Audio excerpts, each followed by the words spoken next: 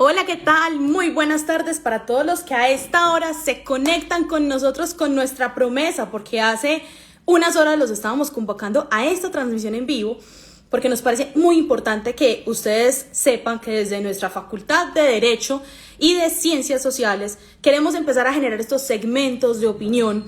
Y qué mejor que con nuestros profesores, que son expertos en muchos temas, como por ejemplo el caso del profe Daniel Loaiza Correa, que es un docente en Derecho Constitucional en nuestra Universidad Libre, en la seccional Pereira, y que ha sido un experto en todo lo que es derechos humanos, DIH, en litigio internacional, y que precisamente es conocedor de todo el tema relacionado a la sentencia proferida entre lo que a hoy nos atañe, que es la noticia del día, de hecho una noticia internacional, sobre ese pleito, esa disputa por la plataforma continental, por el tema entre Nicaragua y Colombia, que también ataña a San Andrés.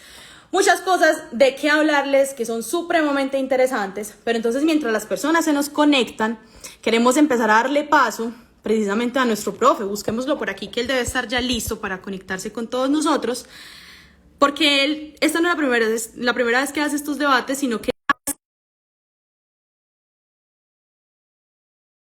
pues también tuvo la oportunidad ante medios de comunicación de orden nacional e internacional acompañarnos como con una explicación más pedagógica y una minucia más detallada de en qué consiste esta sentencia. Profe, Daniel, ¿cómo se encuentra? Buenas tardes, ¿cómo están? Un gusto estar con todos ustedes.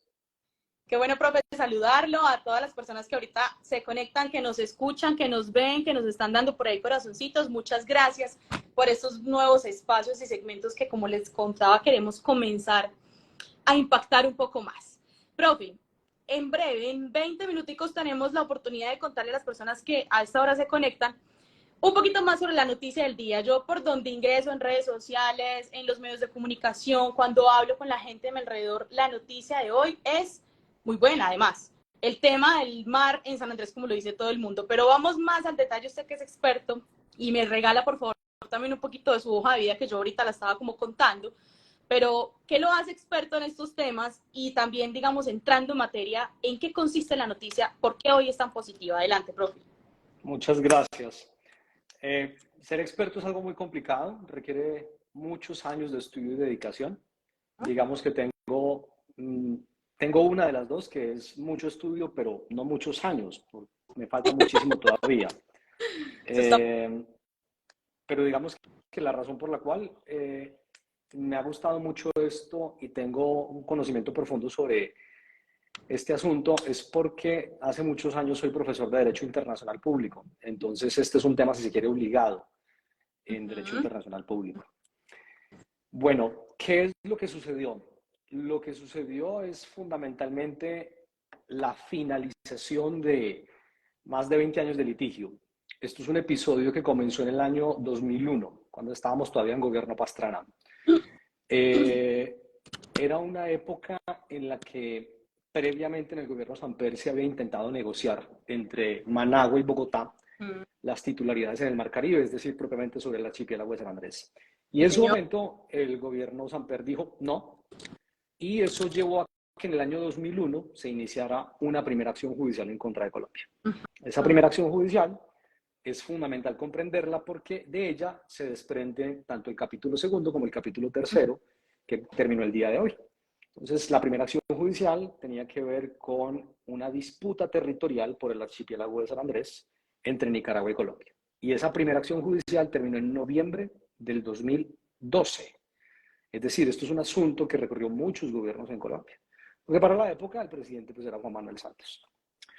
Cuando se notifica la sentencia en el año 2012, el gobierno, con la entonces defensa que tenía, idearon toda una estrategia con el propósito de evitar futuros litigios. Pero había una que era ineludible, era muy complicada. Y es que Nicaragua a nosotros nos había demandado porque nosotros éramos un Estado parte de un tratado internacional que se llama el Pacto de Bogotá.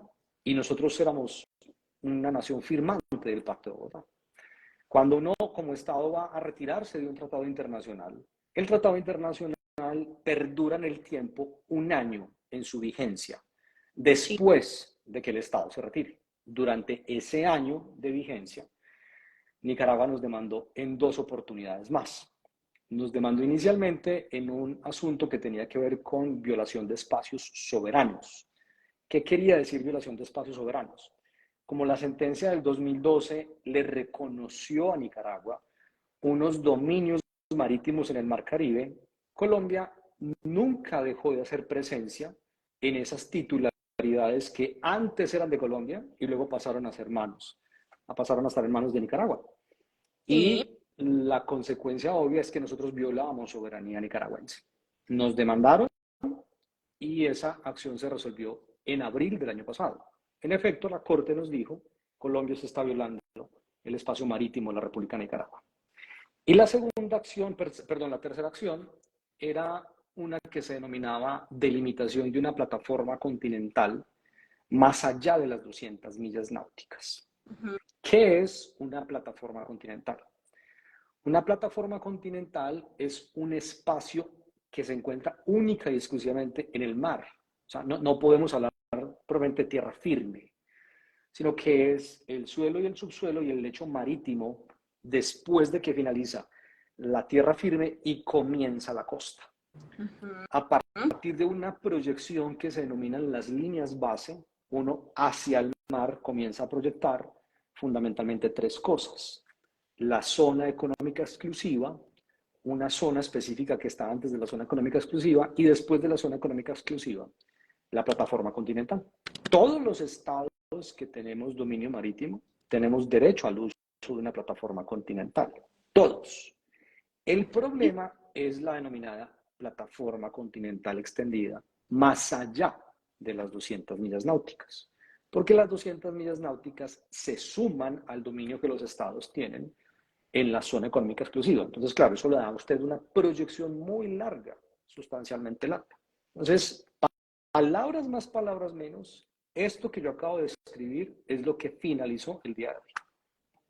Sí, eso es sin ser experto, profe, modestia aparte, como usted con toda la humildad del caso lo menciona, como serán entonces los expertos que debaten estos temas precisamente. Creo que nos quedó muy claro todo el hilo histórico y el contexto, pero yo creo que hay muchas personas que dirán, venga, ¿y por qué la Universidad Libre, la seccional Pereira está haciendo, digamos, como este segmento de opinión?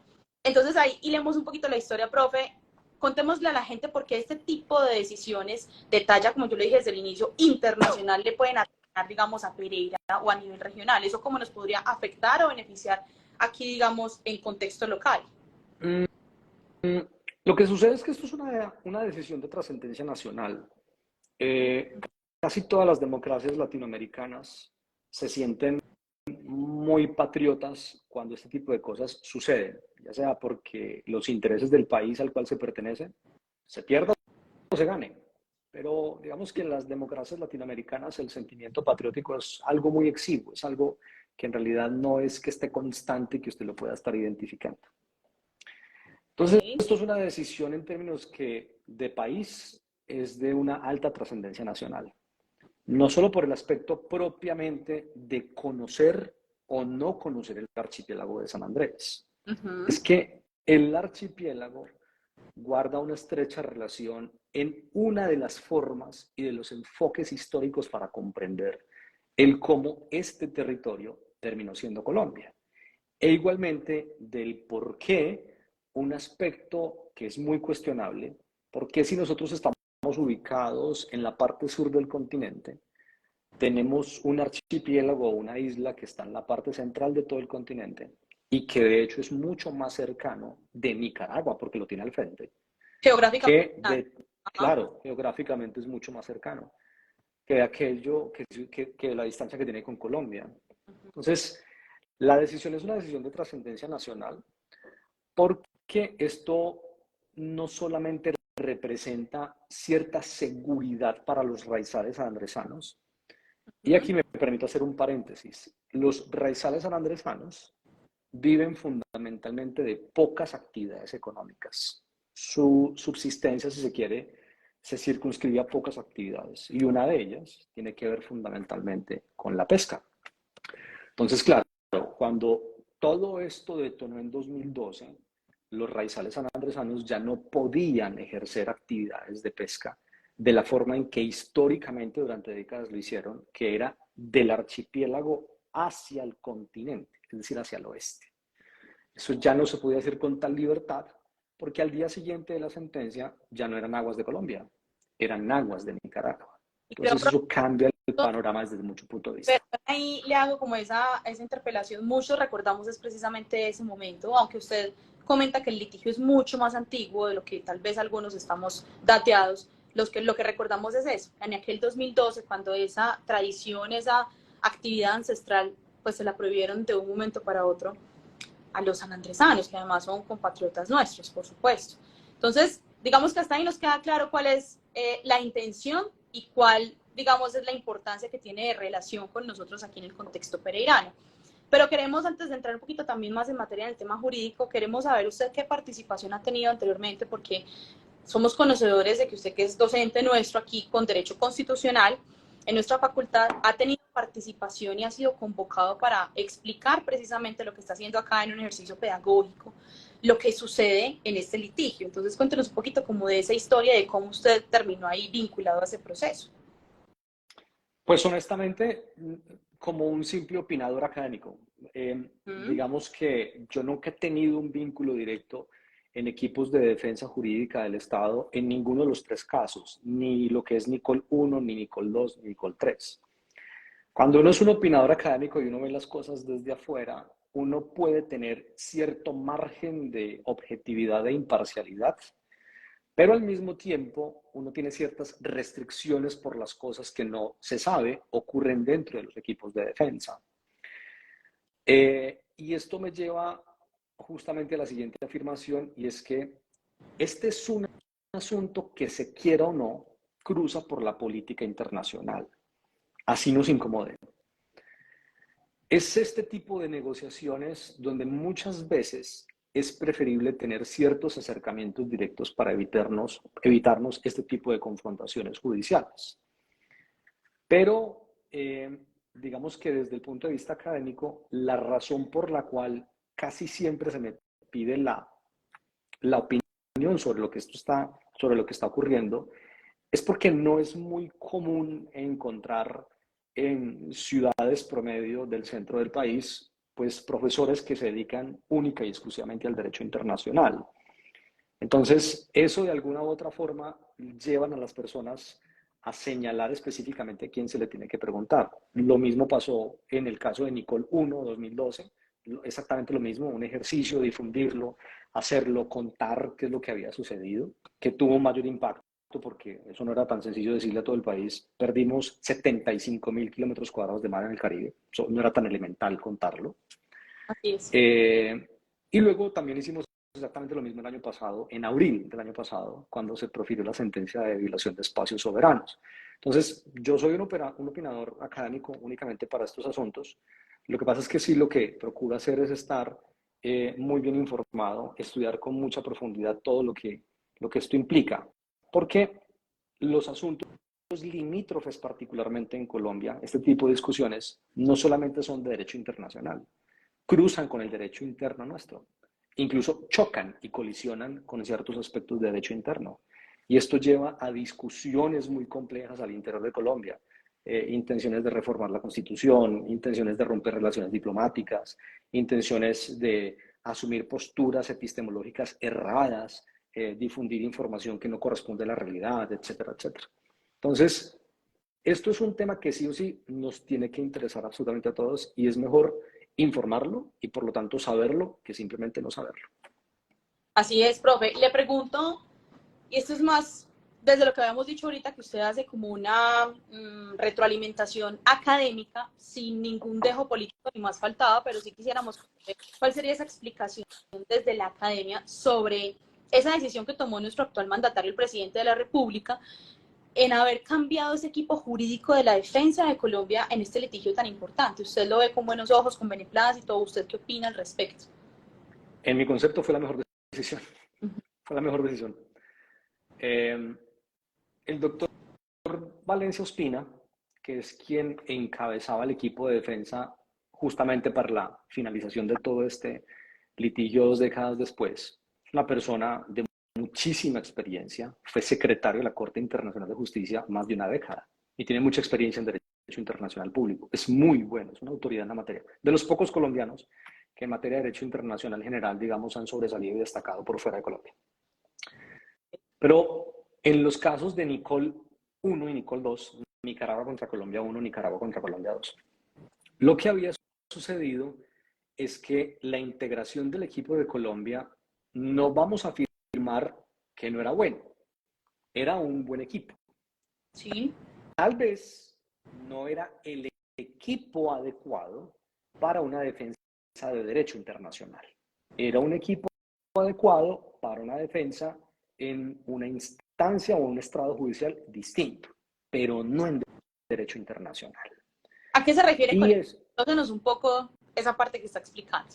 Porque las personas que destacaban en los equipos anteriores tenían, si se quiere, en su hoja de vida un recorrido muy notorio e importante, fundamentalmente por dos cosas. Uno de ellos había sido procurador general de la Nación hace muchos años y había sido igualmente magistrado del Consejo de Estado. Y otro había sido un muy importante, reconocido y reputado magistrado de la Corte Constitucional. Y eso está muy bien, eso está perfecto. Pero una cosa es ser un experto constitucionalista y otra cosa muy distinta ser experto en derecho internacional. Eso es muy distinto. Son dos escenarios muy diferentes que se alimentan de fuentes jurídicas muy distintas y que tienen interpretación muy distinta. Entonces, cuando se profirió la sentencia en el año 2012, usted veía la intervención del equipo de defensa y ellos decían y explicaban desde el punto de vista legal lo que había sucedido. Y uno comenzaba a pensar, pero esto pudo haber sido previsible o a lo mejor esto se pudo haber logrado si se hubiese hecho esto o esto o esto. Y digamos que para no levantar suspicacias sobre eso no se habló mucho más. Pero cuando se notificó por parte de la Corte Internacional de Justicia en el año 2016, todavía en el segundo gobierno Santos, la sentencia de excepciones preliminares en el caso violación de espacios soberanos, que fue la que se resolvió el año pasado, la postura de ese mismo equipo es lo que me llevó a mí a afirmar, yo dije, tal vez no era el equipo ideal. Digamos coloquialmente, no era el Dream Team del derecho internacional del mar para que representara a Colombia. Y hacen este cambio en el equipo de defensa, hay cambio de gobierno, se cambian los abogados, los papeles los lideran otras personas y obtenemos este resultado. Ahora, es muy importante decir algo, y es que en un litigio tan excesivamente largo hay muchas cosas que considerar. Y con toda seguridad, cada gobierno, con cada ministro de Relaciones Exteriores de Colombia, con cada equipo de defensa, indudablemente tuvo su contribución para este resultado. Estamos de acuerdo y además es una buena noticia no solo en materia ambiental, sino como lo decíamos para los raizales de allá en materia social, económica, digamos que tiene muchísimos impactos en todo el sentido. O sea que lo podemos calificar como buenas noticias finalmente, profe, lo que las personas del común hicimos celebrar está bien, o sea, es lo correcto. Sí. Pero la decisión del día de hoy es una decisión muy buena. ¿Celebración, profe, es de largo aliento o tenemos una nueva contrapartida? ¿Nos van a volver a sacar por algún otro lado una defensa de algún tipo? ¿O aquí se cierra definitivamente este capítulo? Bueno, desde el punto de vista de lo que ha ocurrido en los últimos 20 años, por el camino que Nicaragua recorrió, la respuesta es, esto finalizó. Okay. Pero esta mañana yo hice una aclaración en otro medio y era, Colombia es un país que en su historia ha suscrito muchos tratados internacionales. Entonces es muy importante tener claridad sobre la cantidad de tratados internacionales suscritos por Colombia que tengan que ver no con asuntos limítrofes o territoriales, sino donde dicho tratado internacional, cualquiera sea su naturaleza, establezca que cualquier diferencia que surja de ese tratado se llevará ante la Corte Internacional de Justicia. Ante dicho de otra forma. Exacto. Para explicarle exacto. Sí, hasta ahí vamos bien. Exacto. Entonces, ¿por qué? porque el tratado internacional, cualquiera sea su nombre o naturaleza jurídica, si permite o establece que una controversia se dirime ante la Corte Internacional de Justicia, quiere decir que ese tratado sería el instrumento habilitante para que cualquier Estado nos demande. Cualquier Estado parte de ese tratado. Dicho de otra forma, hay que verificar cuáles son nuestras obligaciones internacionales como República de Colombia, de cuáles nos podemos desprender, de qué tratados nos podemos simplemente retirar, y eso sería lo mejor. Porque Nicaragua es un vecino problemático. En términos de litigio internacional, Nicaragua es un vecino problemático. Entonces, por cuenta de lo que sucedió hoy, ya se finalizó. No hay ningún inconveniente. Ya esto pasó. Pero por cuenta de otro tratado, yo quisiera estar más seguro de que nada va a ocurrir. En ese sentido, profe, ¿Colombia también ha sido problemático, ha hecho sus debates, ha hecho sus reclamaciones, o hemos sido un poco más parcos y pasivos solo a la defensiva, más no en el contraataque? ¿Cómo ha funcionado también ese escenario en nuestro país? En materia limítrofe, no, nosotros nunca, y de territorios y soberanía, no, nosotros nunca hemos sido un país que se caracterice por iniciar acciones judiciales en contra de, en realidad, no. Y en derecho De hecho, internacional. sí, claro, evidentemente sí hemos tenido problemas, pero porque nos han demandado a nosotros, Más no porque nosotros demandemos. Ok. Lo que pasa es que en el transcurso de los procesos ante la Corte Internacional de Justicia, el Estado que es demandado, en el momento de contestar la demanda, puede demandar al Estado que lo demandó. Eso se puede. Y nosotros hicimos eso. Nosotros hicimos eso en el caso anterior de violación de espacios soberanos. Pero tanto como que sea nuestra postura internacional la de estar demandando a los vecinos, no. Nicaragua sí. Nicaragua tiene por lo menos, si la memoria no me falla, creo que es entre 14 y 17 intervenciones o litigios distintos donde ha actuado como demandante y demandado ante la misma Corte, ante la Corte Internacional de Justicia. Nicaragua ha tenido pleitos con muchos estados del continente, con muchos. Bueno, entonces nos damos por bien servidos que salimos avantes, por lo menos en esta etapa, de esta sentencia. El resultado es bastante bueno porque expresamente el resolutivo consagra las 3 peticiones que le había hecho Nicaragua a la Corte, y frente a las 3, la Corte específicamente, de manera mayoritaria, no unánime, de manera mayoritaria, la Corte le dijo a Nicaragua que cada una las rechazaba. Que recordemos cuáles fueron precisamente esas 3. Usted al inicio nos mencionaba muy puntualmente una, pero recordémosle a la ciudadanía cuáles son esos 3 grandes logros que hoy podemos destacar frente a al proceso que hemos tenido con Nicaragua. Pues la principalísima es que no hay lugar al reconocimiento de una plataforma continental extendida más allá de las 200 millas náuticas, por la sencilla y elemental razón de que no existe tal cosa como un derecho a una plataforma continental extendida. La segunda es que tampoco existe una proyección de una plataforma continental específicamente de San Andrés, Providencia y Santa Catalina. Y finalmente, que tampoco existe una proyección de plataforma continental específicamente de Roncador y Quitasueño. ¿Por qué los otros no? Porque los otros son territorios insulares muy pequeños que, dependiendo de la época del año, emergen o simplemente desaparecen dependiendo del nivel del mar. Eso no ocurre con todos los territorios insulares en el Mar Caribe. Ok. Profe, se nos acaba el tiempo porque hemos conversado muy interesante y tendido. Yo me imagino cómo sería una clase con usted por aquí. Varias personas, de hecho, a lo largo de la transmisión le escribieron: excelente profe, el mejor profe, solo palabras buenas y de admiración. Muy entretenido, pero pues el tiempo aquí en las redes sociales es un poco limitado. Así que antes de cerrar, yo quiero que conectemos este espacio con algo muy interesante y de mucho valor, y es hacer la invitación no solo a nuestros estudiantes, sino también a nuestros egresados, incluso a nuestros padres o acudientes de familia, a nuestro público en general, que es nuestra comunidad unilibrista. Queremos que usted, ahorita voy a recoger algo muy importante que me quedó incluso a mí, yo que soy comunicadora social de formación, que usted nos haga nuevamente esa invitación a la lectura. Usted decía ahora: yo soy un gran lector, apasionado por el conocimiento. Para uno poder tener un concepto claro, para poder defenderse con la vehemencia que usted lo ha hecho hoy ante un argumento de cualquier tipo en su escenario laboral y profesional, pues tiene que tener conocimiento, y eso de dónde se adquiere principalmente de la lectura, ¿cierto? Obviamente estudiar en una universidad acreditada en alta calidad como la Universidad Libre Seccional Pereira. Pero entonces queremos es que usted nos dé como ese espaldarazo, como que nos recuerde de esa buena forma esa importancia de la lectura, profe. Simple, dos cosas. El conocimiento es poder.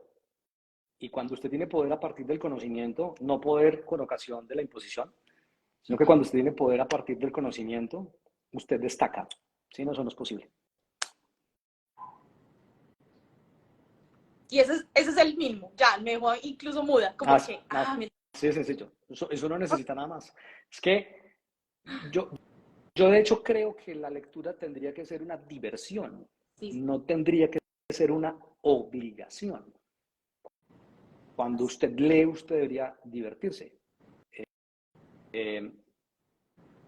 Y cuando usted lee lo que a usted más le gusta leer, solo usted entiende por qué se divierte.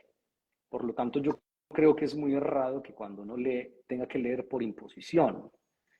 Y lo segundo es que también creo que es errado considerar que los profesionales tenemos que leer única y exclusivamente aquellas cosas que son de nuestra disciplina. No creo que sea necesario. No creo. Es decir, yo sí leo muchas cosas que tienen que ver con mi disciplina y con mi profesión, pero por ejemplo, yo leo mucho sobre música y eso no tiene nada que ver con mi profesión, no tiene que ver absolutamente nada. Curioso. ¿Por qué? Porque eso divierte. Ajá. Es que eso divierte y eso cambia mucho las perspectivas. Cuando las personas, la diferencia radical entre una persona que lee mucho o dedica mucho tiempo a leer y una persona que es escasa en la lectura, es que cuando usted es un gran lector, usted tiene una capacidad para relativizar todo. Y relativizar todo no es malo. Relativizar todo tiene por objeto considerar todo lo que sea posible. O sea, todo lo que sea posible. Todo, absolutamente todo. Desde lo imaginable hasta lo inimaginable. Así elemental.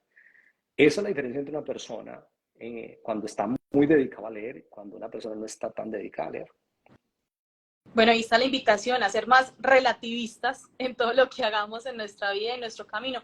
Profe, él es el profe Daniel Loaiza en nuestra universidad, en la seccional Pereira, es docente de Derecho Constitucional y hoy le agradecemos especialmente este espacio que a través también del consultorio jurídico precisamente nos han apoyado para que esta intervención fuera posible, profe, de mucha retroalimentación, de mucho conocimiento, de mucha claridad, porque muchas veces los medios de comunicación nos venden de una forma muy densa o muy lejana esa información, entonces más aterrizada, más realista, más a lo que de verdad nos puede interesar y favorecer a todos como nación. Así que, profe, mil gracias por este espacio. Desde la Oficina de Mercado y de Comunicaciones tenemos siempre las puertas abiertas para que tanto este como otros escenarios con otros, yo lo voy a denominar experto porque para mí tiene esa categoría, con otros expertos como usted podamos seguir haciendo el ejercicio, así que una despedida para nuestra comunidad que hasta ahora sigue conectada, de hecho dejándole muchos mensajes positivos para poder ya decirle adiós a nuestra transmisión. Mil gracias. Muchas gracias por el espacio, una feliz tarde para todos y que estén muy bien. Él es muy breve, profe, muchísimas gracias y hasta luego a toda nuestra comunidad. Nos vemos en un nuevo espacio de este tipo de opinión y de conocimiento académico. Hasta luego.